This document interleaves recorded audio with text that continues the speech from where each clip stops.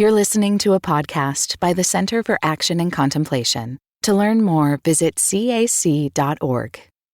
The Lord be with you. A reading from the Holy Gospel as written to us by Matthew.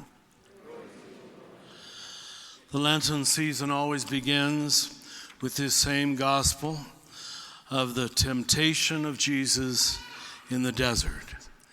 He's gone into the desert for 40 days for his own initiation, as it were. And this is a beautiful telling, I think, of the demons we all have to face to grow up, to become mature. And if we'll take just a few minutes afterwards to try to explain it, but they're all three temptations to the misuse of power. And we all, it seems, want power in one way or another, but we'll talk about that later. And there's good power, and there's bad power. But with that, let's read from the text.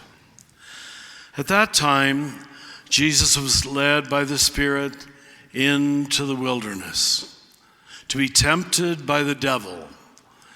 He fasted for 40 days and 40 nights, and afterwards he was hungry.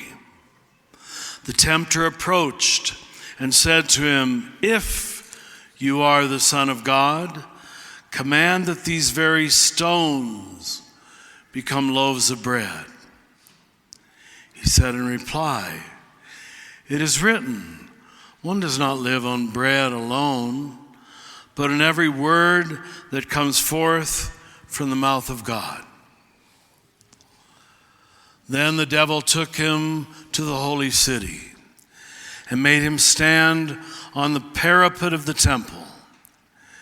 And he said to him, "If you are the Son of God, throw yourself down. For it is written, he will command his angels concerning you, and with their hands they will support you, lest you even dash your foot against a stone."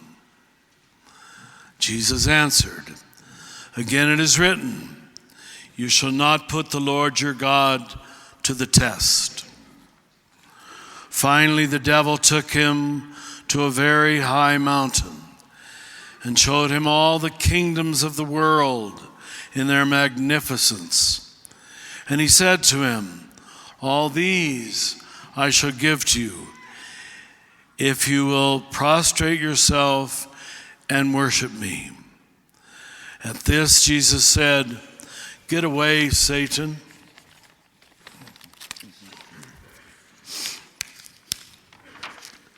It is written, the Lord your God shall you worship, and him alone shall you serve." Then the devil left him, and behold, angels came and ministered to him. This is the gospel of the Lord.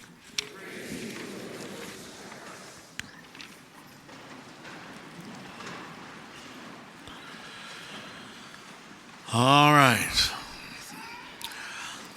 Our first reading was, of course, the first temptation in the book of Genesis, that, according to the story, both Adam and Eve fall subject to.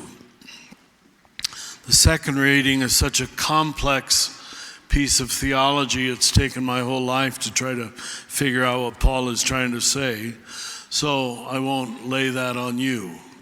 Doesn't mean it's not inspired, but it's not easy to work with. Now, this gospel is rather straight and to the point.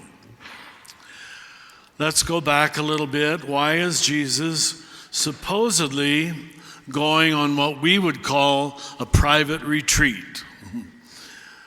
He's self-initiating. He doesn't go like you would do to a retreat house and get a good Jesuit spiritual director and be guided. He's all on his own.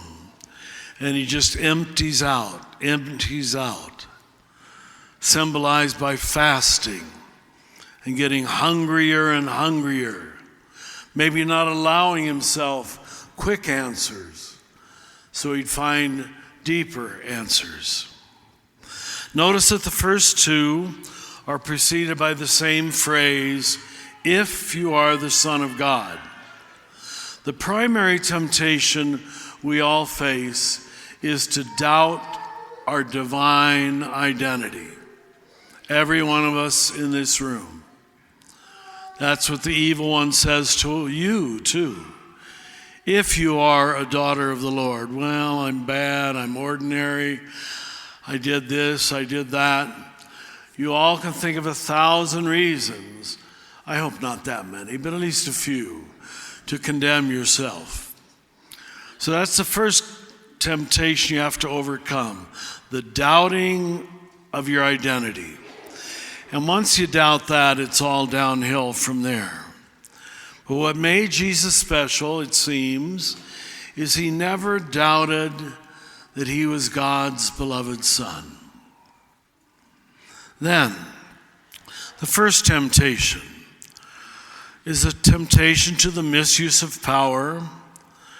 Maybe we could say to be spectacular, to be special, to be important, to be showy, to be on, everybody's got talent or something. He will command his angels, and they, with their hands, they will support you, lest you dash your foot against a stone. When we're young, we all want that. We all want to stand out. We want people to notice us. We want to be special. We want to show that we are special and God's Son. But he refuses to play the game. Then a second temptation. The devil takes him to the holy city and made him stand on the very pinnacle of the temple. Again, if you are the Son of God, throw yourself down. And here we have the only time in the whole Bible where the devil quotes the scriptures. Isn't that interesting? He will command his angels, and with their hands they will support you, lest you dash your foot against a stone, to put God to the test.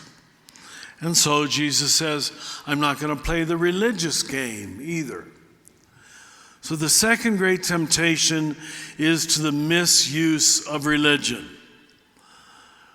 to play games with God. We've all done it. Sometimes it seems like we Catholics were trained to do it.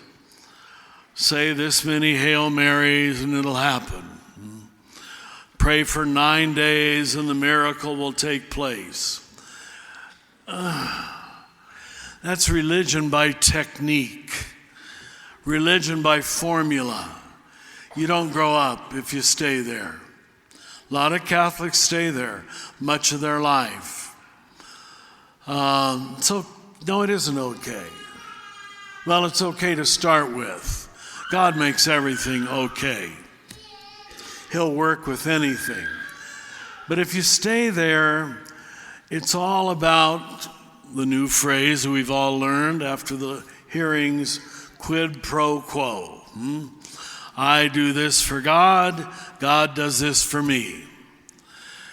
It's transactional religion as opposed to transformational. What religion is about is real transformation. Changing your mind toward love. Changing your heart toward community. Changing your body toward living in the present moment. And that's a lot of changing. So religion is probably at the earlier stages always transactional. We made it in our Catholic Church a little checklist. Baptized, confirmed, First Communion, walked up the aisle in a Catholic church. I guess that's nice, but I hope you're not offended when I say, I don't think God cares. I'd rather have you walk up the aisle of a Methodist church with love and commitment and caring than walk up a Catholic aisle and it's just a formula. And you know what I'm talking about. Some of my own nieces and nephews talked all through my wonderful sermon, but I just endured it. And wouldn't you know it, that particular marriage didn't last. I'm not saying they were punished or anything, but there was no presence.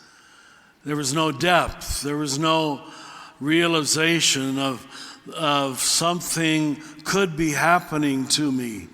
How can I allow it to happen? And then the third, I guess I would call the temptation that we're all talking about these days, the temptation to political power. It's not inherently wrong.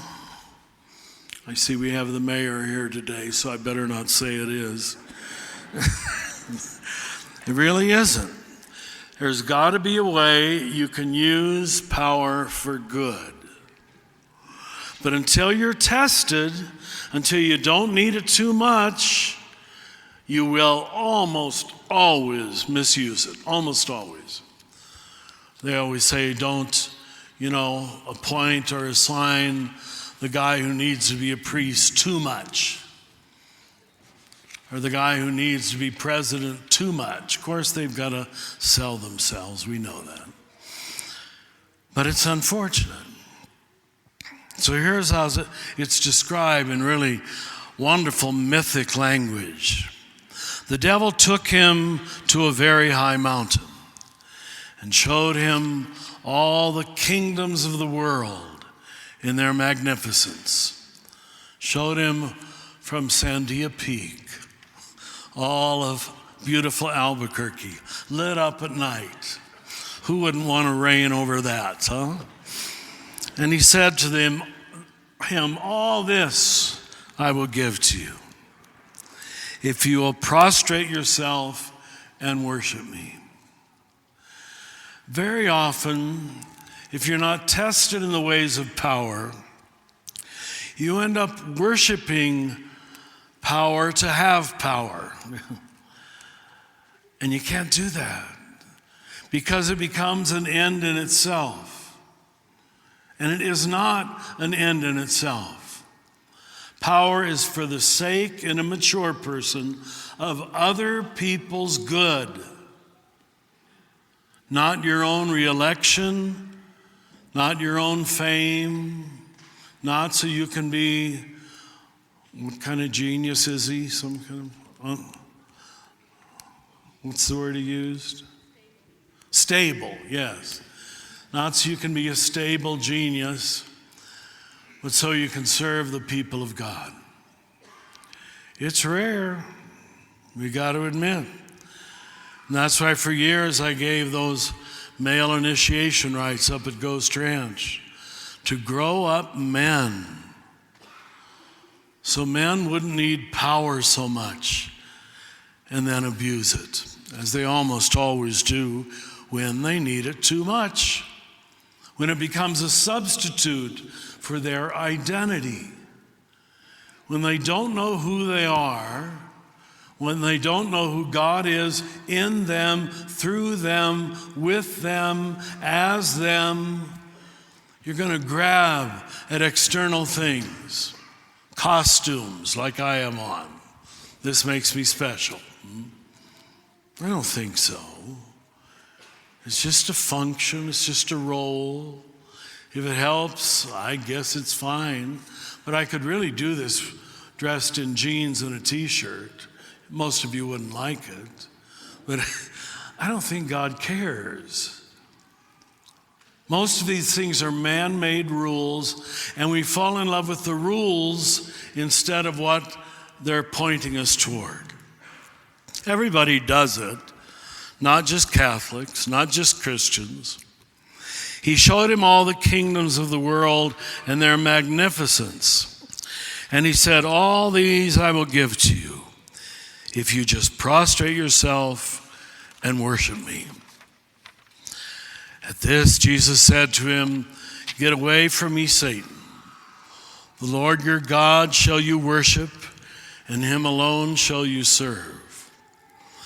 What religion at its most mature level means is, after all is said and done, at the end of the day, there is one goal. There is one source. There is one focus. There is one meaning, and it's outside yourself. It's not about you making more money. It's not about you being famous and on Everybody's Got Talent. I hope you're all on Everybody's Got Talent. But you know the trouble with that? Only one person wins. It's a zero-sum game. What we were given in the gospel is an agenda in which everybody wins. You're all equally in this room, sons and daughters of God. And so you're all equally going to come to the table to be fed by the same bread. The devil left him then, and behold, angels came and ministered to him. Maybe the angels can't come till you pass these tests, till you recognize who you are and what you don't need. And what you don't need are all kinds of power trips, usually taking the form of money, fame, sex, control. We all fall, probably more than once. And maybe you got to do each fall one or two times before you realize these climbing to the top trips mean very little. I've quoted many times over the years, maybe not here, but in other places. Thomas Merton, our wonderful American Catholic mystic monk, he said, you spend your whole life climbing to the top of the ladder. And you get to the top of the ladder, and you realize there's nothing up there.